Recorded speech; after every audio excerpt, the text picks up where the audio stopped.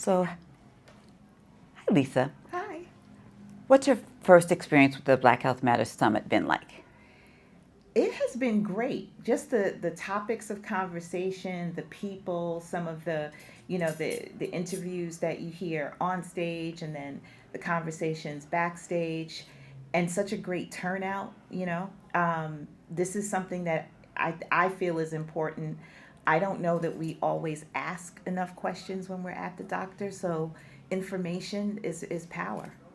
And you just finished moderating a panel on wellness.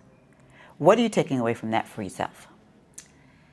I liked the tip that was given about savers. The 6 things to do in the morning, because I realized just this week that when I wake up, I go to my coffee, feed the dog, unload the dishwasher, and except for the coffee, nothing else is Lisa. Right. So like maybe I should pray first before I feed the dog. Right.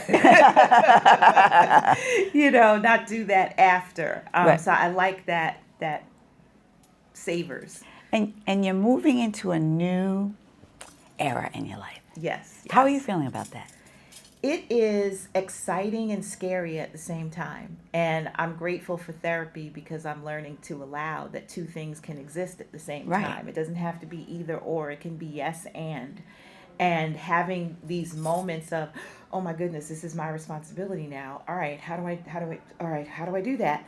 And then remembering that I have a network of people that I can call people and get advice, that I've done this before. I just did it under different circumstances.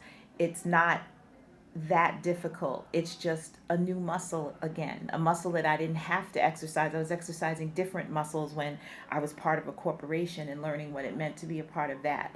So it's reacquainting myself, but myself with more knowledge. Right, because you've reinvented yourself several times, actually. Several times. There's a lot of Lisas. There's a lot of Lisas. There are. And sometimes we forget that we've been in these positions because, we get complacent and that we can do hard things. Yes. And everybody can do hard things. Yes. So we have to remind ourselves we can do hard things. Absolutely. I learned that from Glennon Doyle during the pandemic. We can do hard things. Right. And I'm like, yeah, we can. Right. That's right. Right. Done it many times. Right. So we are excited. We thank you so much for hosting and being one of our hosts, and for moderating today, for showing us what a glow up looks like. Because you make it look so good. Thank you. And then for showing us that reinvention is possible. Just reminding us, not showing us, because we all can reinvent, but reminding us that we all reinvent and that we all can do it. Yes, we can. There's a viral video of a woman, I can't think of her name now, but she talks about all of the things that she's been in her life, and she was like an actress and a forest ranger and like all of these things, and someone had sent that to me about a year and a half ago, and it's such a beautiful reminder that it's just a new chapter. You do something different. It doesn't have to be, oh, I'm this age, it all stops. Right. And it also doesn't have to be work.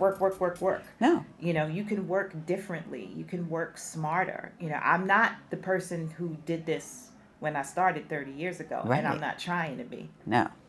No, she gone. She gone. Yeah. And what's really interesting is I read an article not too long ago that says that the brain does not stop learning as long as you feed it. I believe that. So this notion that the brain declines in the 40s is not true. As long as we challenge it and put stuff in and continue to learn, that it thrives. So you're thriving. Absolutely. So. And hopefully my puzzles are adding to that. Yeah. So there's that notion.